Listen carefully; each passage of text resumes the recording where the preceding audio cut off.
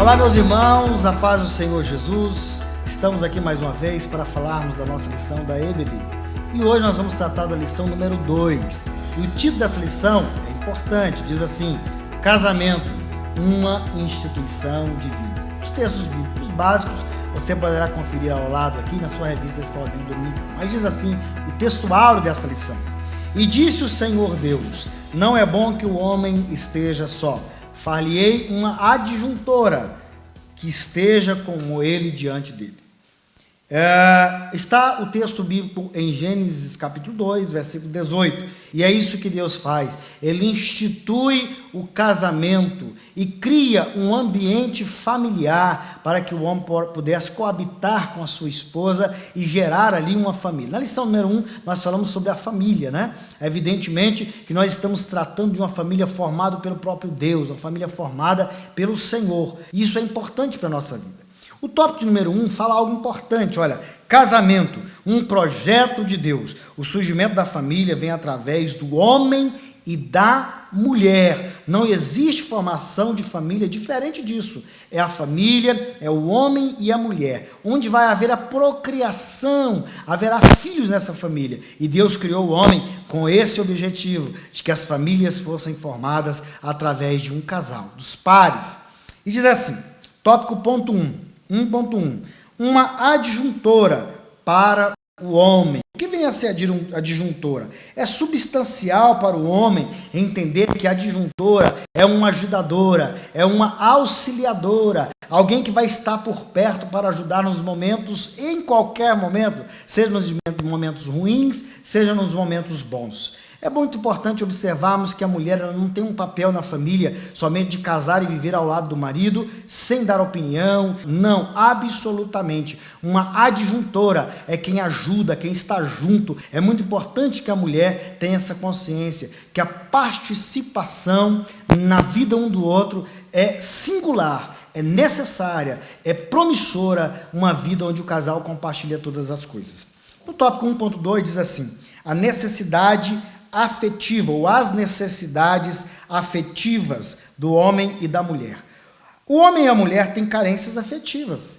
E Deus criou esse casamento para que eles se saciassem, ou seja, para que eles pudessem suprir a necessidade um do outro. Não somente na vida sexual, também nessa necessidade. Há um dever de sexo para ambos. Mas não é só isso. As necessidades afetivas de carinho, de amor, as mulheres precisam de ser presenteadas, as mulheres precisam de ser tratadas com carinho, o homem também precisa ser presenteado, o homem também precisa de carinho, os homens precisam de ser compreendidos, as mulheres precisam ser compreendidas, para que nesse processo de carência ele seja totalmente restabelecido todos os dias. É um processo contínuo. Ninguém pode ser suprido uma necessidade afetiva hoje e estar resolvido para o resto da vida.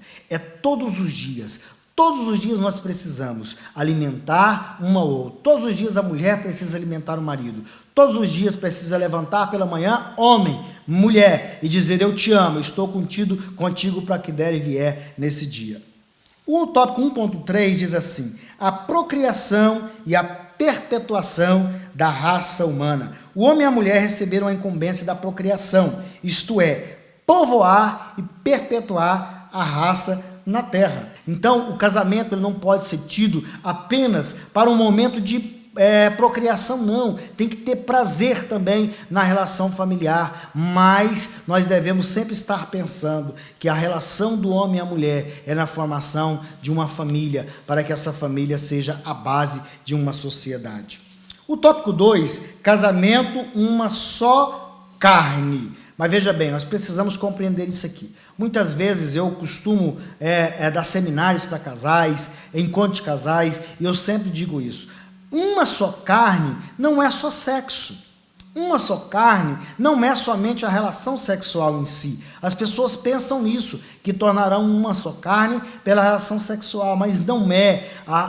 Uma só carne é viver o que o outro vive, é sofrer o que o outro sofre. Isso é uma só carne. Lembra daquele texto ou daquelas frases que nós sempre vamos estar falando nos casamentos?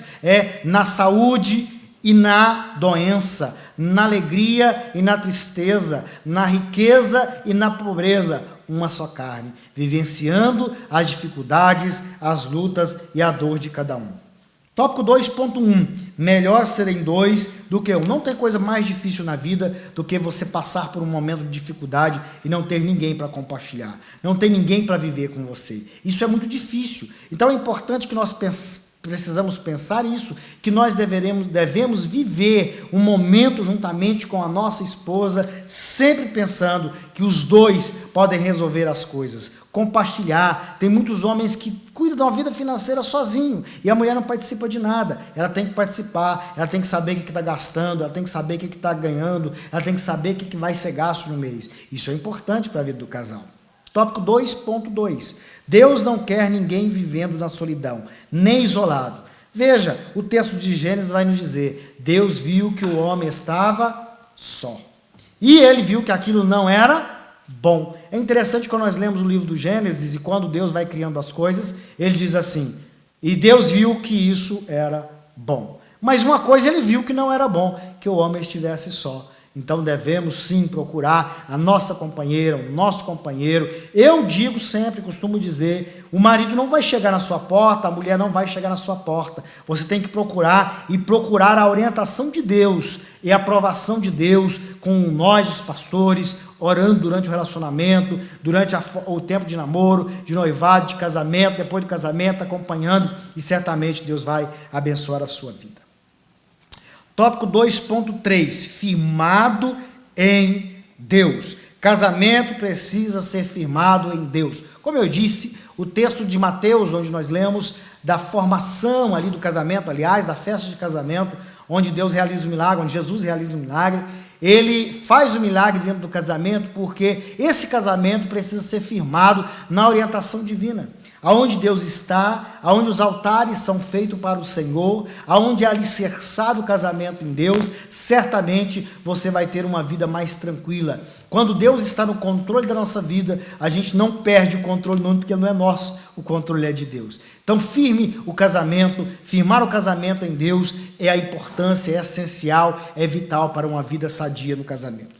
Ponto 3 diz assim, casamento, uma criação divina, quase que a repetição dos tópicos que nós falamos anteriormente. Mas o casamento não é um contrato social, não é apenas um documento que você assina. É uma aliança permanente. Também não é essa aliança de metal, de ouro que você tem, não. Essa aliança é eterna, é no céu. O casamento é para sempre. O casamento é para durar para sempre. Se você tem dificuldade no casamento, você tem que enfrentá-lo com tranquilidade e pedir para que Deus restabeleça e restaure esse casamento e certamente Deus vai estar abençoando. Então o casamento é uma criação e comigo, é uma ideia divina, é uma ideia de Deus. 3.1, manual de fabricante é a Bíblia Sagrada. Interessante esse tópico que o autor coloca. A Bíblia é o condutor, é o manual, a bússola, o direcionamento. A Bíblia está recheada de regras básicas para que tenhamos um relacionamento sólido, um relacionamento vivido à base da palavra de Deus, né? Então, que nossa vida possa ser norteada pela palavra do Senhor. No tópico 3.2, quem quer se dar bem na vida deve cumprir as regras. Então, se você tem um manual, é só segui-lo. A palavra de Deus vai te dar as orientações corretas. E quando essas orientações que você lê na Bíblia e precisar de buscar, não procure qualquer pessoa, não. Tem muita gente que te orienta com conselhos errados, te orienta com situações vividas por eles próprios, de grandes tragédias familiares, de grandes desastres familiares. Procure buscar orientação no seu pastor, aquela pessoa que tem uma palavra de Deus, porque o pastor ele é a autoridade de Deus para orientar a sua vida, ele é a autoridade de Deus para te dar o direcionamento de acordo com a Bíblia, se ele estiver de acordo com a Bíblia. Então, o manual, que é a palavra do Senhor, vai te nortear. E por fim dessa lição número 2, o tópico 3.3, 3 pilares de sustentação de casamento que o autor aborda. E eu vou citar os que o autor aborda. Há 3 pilares que sustentam. O primeiro é a presença de Deus. Nós falamos isso anteriormente. O segundo é o casamento firmado em amor. A Bíblia diz que Deus é amor. Se Deus é amor, é a presença de Deus que produz em nós este amor.